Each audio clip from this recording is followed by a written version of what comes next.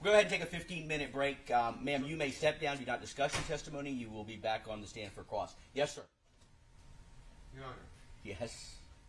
I have been informed by Mr. Summers Yes. that he wishes to discharge me as lead counsel. Okay. He wishes to exercise his Sixth Amendment right, to represent himself. And I've explained to him that should he choose to do that he may have to do that throughout the remainder of the trial. That's absolutely correct.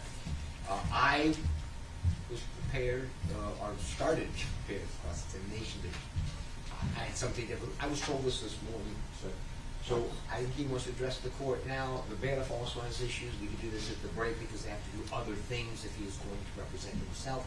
But this is where we are right now. Okay, I appreciate the heads up. Let me talk to Mr. Summers at this point. Mr. Summers, you have a request of the court, sir? Yes, Your Honor. What is it? I would like to resume self-representation and discharge Mr. Marchese as lead counsel. And you believe that to be a wise decision? Yes, Your Honor, I do. Are you unhappy with the services of Mr. Marchese? I'm not unhappy with the services of Mr. Marchese. I do not believe that he fully understands the circumstances surrounding the events, and it would be better if I did the cross-examinations from here on out. You realize that you're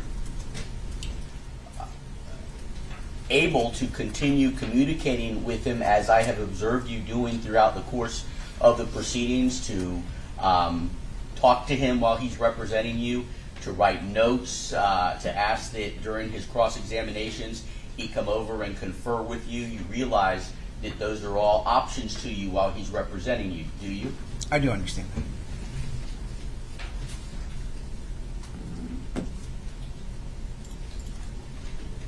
You've stated your reason that you believe that you are more familiar with the facts in order to conduct the cross-examinations. Is that correct? Yes, and as Mr. Marchese stated earlier in the week, that he truly isn't prepared to do this.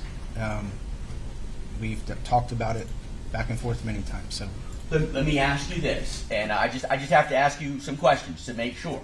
yes, You have seen Mr. Marchese make objections based on evidence. You have seen the attorneys discuss things regarding the admission of evidence. That's going to continue. The state's case is not over. This is not their last witness.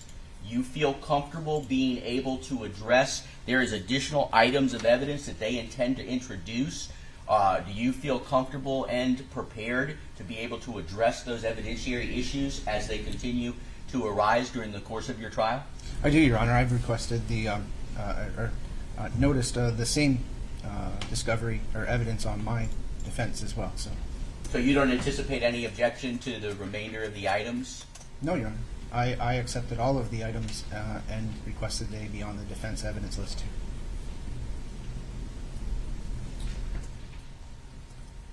Do you understand specifically that I have permitted you? You came into this courtroom pro se. We had several discussions. I ruled on motions while you were representing yourself.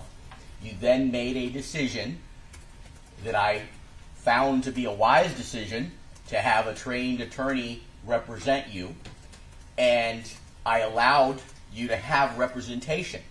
To now go back, at some point there is a line that has to be drawn, and that the courts allow, the appellate courts allow the trial court to draw. It's not a ping pong back and forth, back and forth. So you were originally represented in your case by a variety of attorneys, one of which you hired, or two of which were private attorneys you hired on your own. Then, for whatever reasons unknown to me, they withdrew, and then you were represented by the Public Defender's Office, who ultimately withdrew. And then you had appointed counsel, and I believe Mr. Marchese was the first appointed counsel.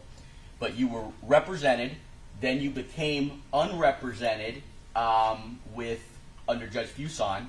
I have the date down, April 13th, I think is what I remember, approximately. April 13th, unrepresented. Then in the beginning of this trial, which was August 22nd, you became represented again. now on August 24th, if I were to allow it, you would become unrepresented again. So you see what I'm presenting there, a back and forth, represented, unrepresented, represented, now unrepresented. So that's a total of 4. And if I tell you that I am not, if I allow it, that I will not allow you to go back, do you understand that? Yes, Your Honor, I agree with that. Do you also understand that if I do not intend to allow you to go back to representation, there is absolutely no need or reason for standby counsel, and that you are not entitled to standby counsel? So we will not get into a discussion about 2 feet, 4 feet, 6 feet. If I discharge Mr. Marchese, I will be discharging him not only as your attorney, but as your standby counsel. Do you understand that? Do you want some time to think about that? May I speak with Mr. Absolutely. Marchese about that? Absolutely. May I ask you if Mr. Marchese, if he is discharged as both lead and standby, if he would be able to turn everything over to me? You can ask him that. How about this? How about if we take our break? I'll allow you to continue talking to him. I haven't made a decision whether I'm going to allow you to discharge him, but I am telling you that if I do allow you to discharge him, that I believe that we are at the point where I will not allow you to go back a 5th or 6th time, whatever we're at. So what I want you to be aware of is the absolute totality of the consequences. And if there's no opportunity for you to go back, there's no need for standby counsel, and I'm telling you I'll discharge him as standby counsel. So there'll be no talking to him whatsoever. As far as him being able to turn stuff over to you, I will allow you to discuss that with him, and then if there's something I need to get involved in when I return from the break, I'm happy to do that with you. But I want you, now that you know that you will not have standby counsel, I want you to reconsider. I want you to talk to him, and I want you to let me know when I come back. Yes, Your Honor. All right, thank you. Thank you. 10 minutes.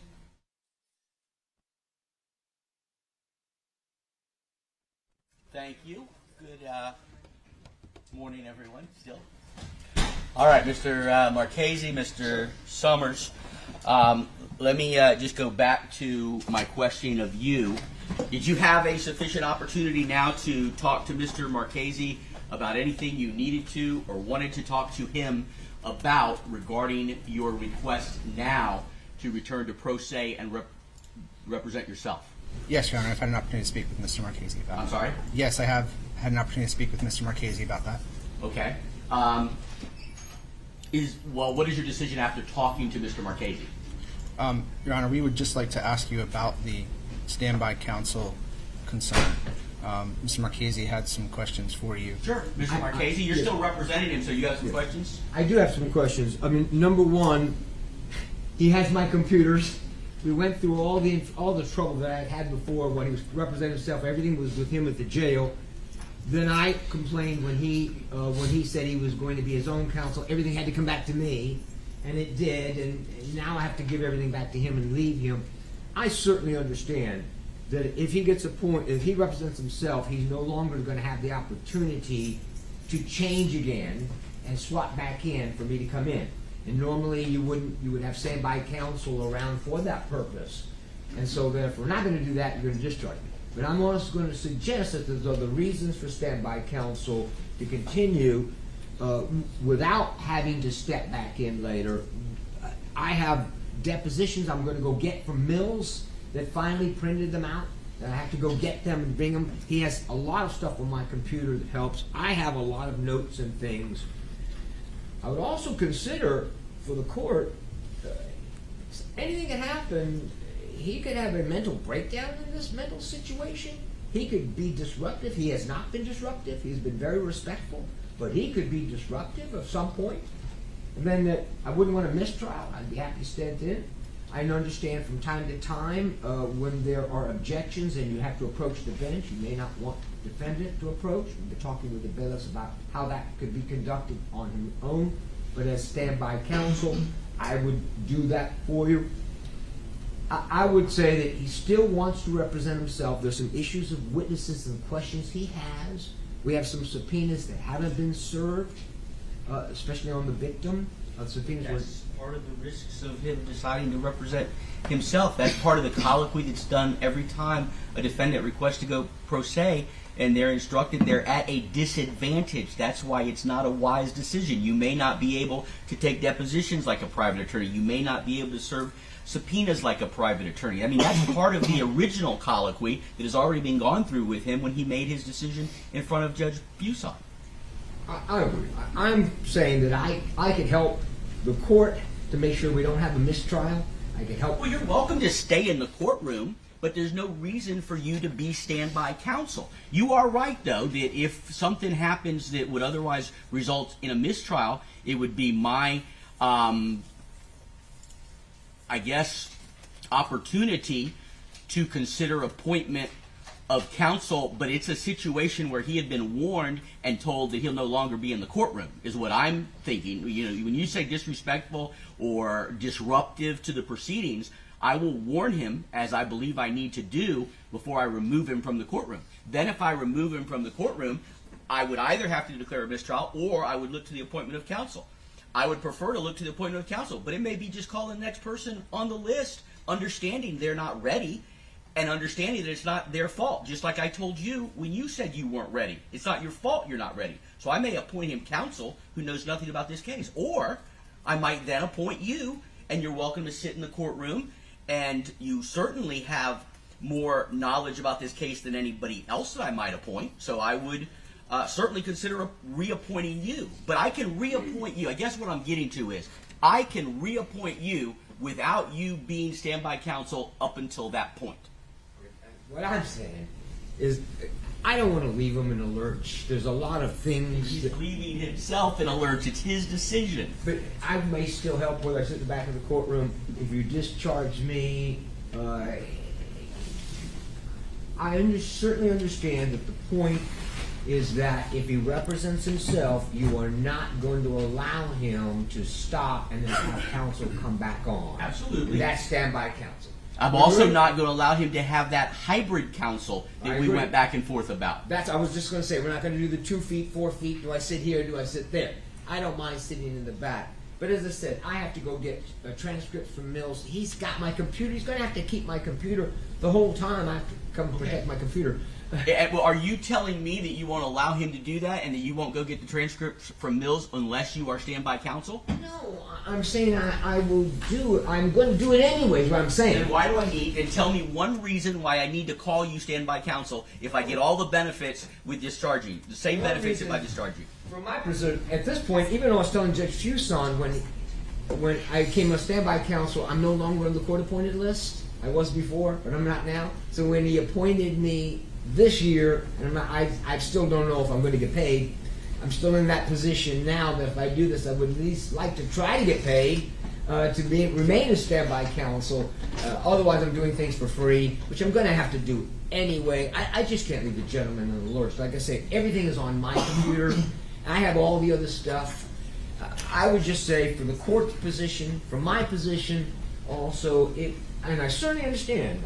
I'm not going to give him advice. I'm not going to give him objections, and I'm not even. You convinced me on the issue of whether if I discharge you and you still stay in the courtroom, anticipating the possibility that I might have to remove him from the courtroom. No disrespect to you, sir. I'm not anticipating, but you have to be prepared for any possible thing that comes up. So if that was to come up, and you continue to be in the courtroom, or you continue to go get the transcripts, or you whatever, and because I said I discharge you, you wouldn't be able to submit a bill for that, I'm going to allow you to be standby counsel, but you're not going to have any conversations with him. You're going to sit in the back of the courtroom.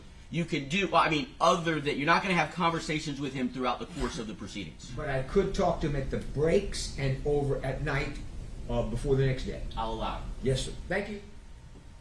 Thank you. Now, I need an answer from you regarding, I have to make a finding, sir, that your request to represent yourself is unequivocal. What that means is that there is absolutely no doubt. So, do you have any doubt whatsoever, the slightest doubt whatsoever, regarding your decision to represent yourself? I do not, Your Honor. Are you under the influence of any drugs, alcohol, or prescription medications at this time? No, Your Honor. I asked you on Monday when we were talking about this whether you had any mental health issues and that might affect your ability to make this decision. I believe you indicated that you didn't, but 2 days have passed. Have you developed any mental health conditions or concerns that you believe may affect your decision, your ability to make this decision freely and voluntarily? No, Your Honor. I've Has gotten anyone one. forced you or threatened you in any way to make this decision? No, Your Honor. You want to represent yourself? I do, Your Honor. After seeing how it's going, I'm comfortable. You understand the potential consequences if the jury finds you guilty as charged. I do, Your Honor. Punishable by life in prison. You understand that? I do. And you want to represent yourself. Yes, sir. You understand that I am telling you, that Judge Fuson has told you, that it is not a wise, we do not consider it a wise decision. Do you understand that? Yes, Your Honor. All right. I'm going to let you represent yourself. Thank you, sir. Mr. Marchese, I am not discharging you. I'm going to ask you to stay on as standby counsel. I'm not going to revisit any of my arguments. We just discussed on the record what I would allow you, the very little opportunity that I would allow you. I appreciate you giving him your equipment, your computer, even though I think in the beginning you said you don't use computers, you're old-fashioned like me.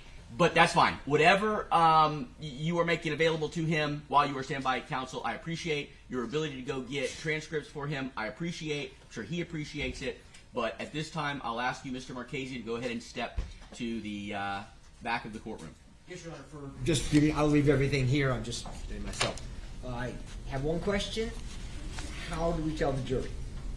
Oh, that's a good question. Appreciate that. We have an instruction. Yeah, give me 2 seconds. We'll pull up the instruction. Same instruction that we would have given in the beginning, that he's made a decision and they're not to hold that against him. We're going to use the standard instruction on pro se representation. I'm good here. All right. As long as you're not talking to him. I suppose I can't tell you where to sit in the courtroom. You're fine. Are you okay for this email? Yeah. Pull it up so that I can see it. I do want to go over one more time, and some of this is new, Mr. Summers. Now that you are representing yourself, that I've allowed it, you have to play by the same rules as attorneys. You cannot be disrespectful to this witness or any other witness. You cannot argue with the witness. There's a specific rule on argumentative with the witness, and I suspect that Ms. Johnson will make any and all appropriate objections. There's also the issue that I discussed with you regarding relevance. So you cannot ask things of any witness that are not relevant to these proceedings. And the definition of relevance is that the information tends to prove or disprove a material issue in the case. So that's the analysis that I will go through to consider whether any evidence is relevant. Does it tend to prove or disprove a material issue in this case? So I just want to give you those ground rules so you know. Again, you have been absolutely respectful to this court in the proceedings, and I appreciate that, and I thank you, and I don't anticipate anything else. A couple of other things. I don't know if you intend to introduce any evidence, but there's already evidence that's at the clerk, which can be published through the Elmo, but I'm not going to allow you to approach the witness. Okay. That's understand. We discussed that with the bailiffs. Okay. They said I would ask them, can you please show this to the witness? Okay.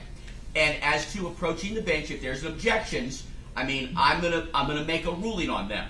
If you request to approach, at this stage, I'm going to excuse the jury each time, and we will conduct the discussions in open court. But we will excuse the jury each time if there's a need to approach. But I will listen to the basis for the objections, and I will make a ruling. And then if you wish to approach, then we can address that at that time. There was one other thing I wanted to, I got it, I'll go over that with them. The jury.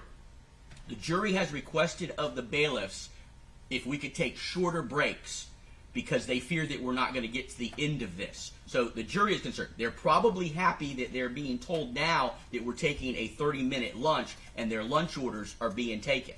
So they may be wondering why this 15-minute break has now turned into a 45. Yeah, it's 45. No, well, not quite, 33-minute break, because I said it was 10 o'clock. Even though it wasn't 10 o'clock, I said it was 10 o'clock.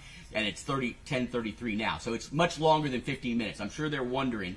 But I think they'll get the picture when they come back in and I read them the pro se defendant instruction. It reads as follows. So listen, Mr. Summers, and listen, state. Mr. Trevor Summers has the right to be represented by an attorney or to represent himself in this trial, as do all criminal defendants in this country.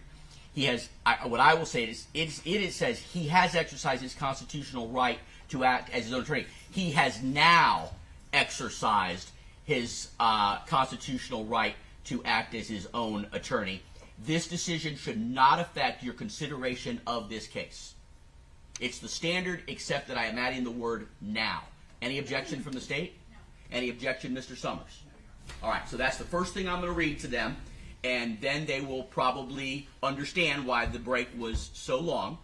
We're going to go ahead and we're going to put the witness back on the stand. Ms. Mathewson, I'm going to go ahead and put you back on the stand, as we would have done if Mr. Marchese had continued representing Mr. Summers. And then once I've read that instruction, I'm going to turn to you and allow you to go to the podium and do the cross-examination. I see you have a question, and I think the state had something they wanted to. You raised your hand first, so I'll go with you, Mr. Summers. Your Honor, I just wanted to ask if I may serve the witness the subpoena for the defense side now in court. It's not necessary. He doesn't have any service power, first of all, Judge. He can't serve a subpoena. What's the purpose? Well, I don't know. To be able to call the witness as a defense witness. All right, well, let's cross that bridge in just a moment. She's here, and you get the right to cross-examine her because they put her on and she gave direct testimony. So there's absolutely no circumstance where you wouldn't get the right to cross-examine her unless you became disruptive or disrespectful to the point where I reinserted Mr. Marchese in the case. It appears that your intention is to serve her now with a subpoena so that you can then subsequently call her in your case in chief. Is that what I hear? Yes, Your Honor. There may be some topics that were not brought up in direct examination, so I would not be able to cross on that. As beyond the scope. Yes, but I could introduce it in direct. So, Is there any objection from the state regarding his ability? I mean, she's indicated a desire to stay in the trial, even though she hasn't been served, if he wants to call her in his case in chief, if she's here. If she's here, I have no objection, Judge. Are you aware of any reason why she wouldn't be here for the rest of? No, I'm not aware of And I'm going to research whether he has the power to, now that he's representing himself. It's the state's position that a pro se defendant has no power to subpoena witnesses. Is that what I understand? It's my understanding all defense counsel send their subpoenas out through a process server or someone who has the ability to serve individuals. So don't. In the history of this courthouse, no pro se defendant would have ever been able to call witnesses in the defense case. Is that what I'm hearing? No, they have to send their subpoenas to a process server to serve this, to someone who has the authority to subpoena someone. Okay. All right. Him handing it to, that's not proper service. Okay, understand. Because he doesn't have subpoena power. Understand. Well, clearly this case is not going, the state is not going to rest their case today, so he will have additional time to attempt to serve her with a subpoena tonight, tomorrow. That's fine, Judge. He would need to serve it through me, first of all, which I already told Mr. Marchese that her information is private. Right. So we would accept a subpoena on her behalf. Okay. First. Okay. Second, I But have you the need it videos. served by a process server, not by him, not in court. I have subpoena power. I can serve someone with a subpoena. Oh, okay. So So I'm you'll accepting accept his service. subpoena and you'll serve it on her. Yes. Okay. So, also the discs are working. We have it. It is working it worked on the break.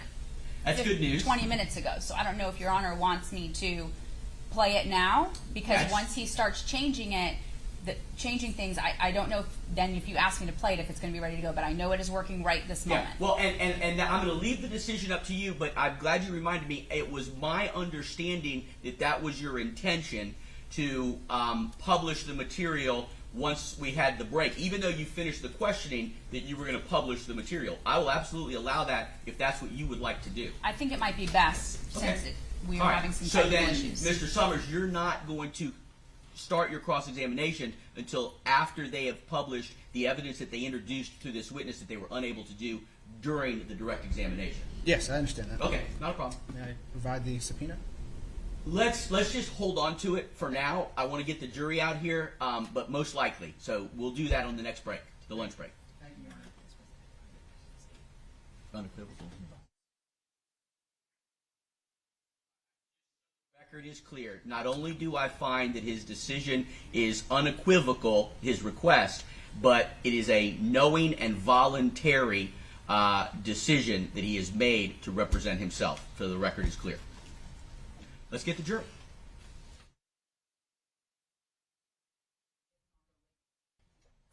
Jury is present and seated. Everyone else may be seated at this time. Gentlemen of the jury, welcome back. First thing is that I apologize for the 15-minute break actually being more like a 45-minute break. I have a instruction I'm going to read to you in just a moment, which may explain some of that. You also were asked about lunch orders. We're going to take a shorter break today, so to make up some of that time. And yesterday, before I discharged you, I asked you all to check and see if you would all be available if we went later tonight. So I want to ask at this time, is there anybody who has a commitment tonight that would prevent us from going late past 5 o'clock tonight? Excellent. Let the record reflect there are no hands. All right, so I have an instruction for you before we proceed. Mr. Trevor Summers has the right to be represented by an attorney or to represent himself in this trial, as do all criminal defendants in this country. He, Mr. Summers, has now exercised his constitutional right to act as his own attorney. This decision should not affect your consideration of this case. Now, you may recall the state before the break had finished their questioning, but there was some evidence that was introduced that they were unable to publish. They have requested to publish that evidence now before we turn to cross-examination. So I'm going to allow the state to publish whatever evidence that was introduced in direct that you were unable to publish at that time. Fingers crossed it works now, Judge. Please.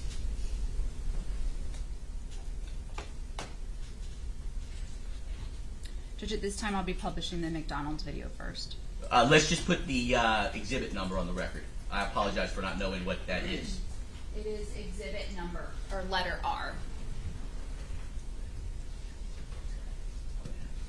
R. R.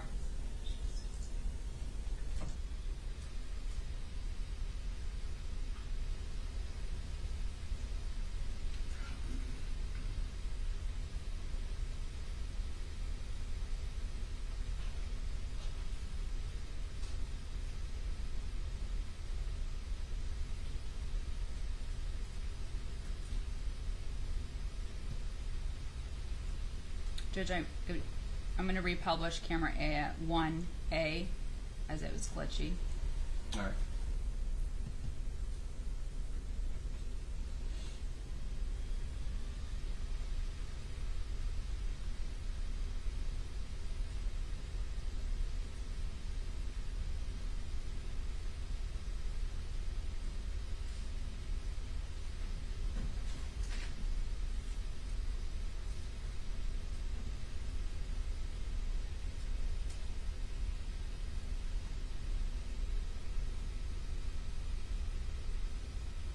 Publishing 1, camera 1B.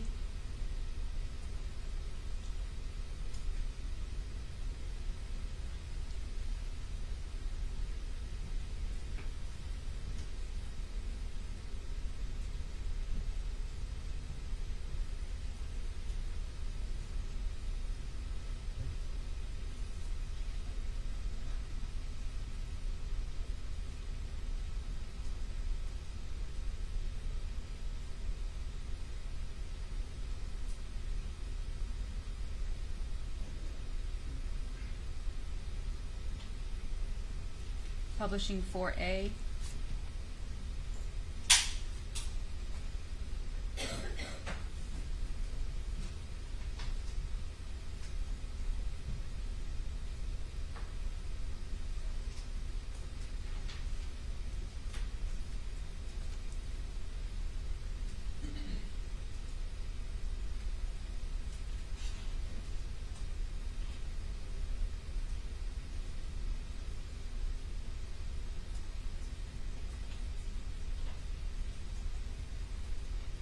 And 4B.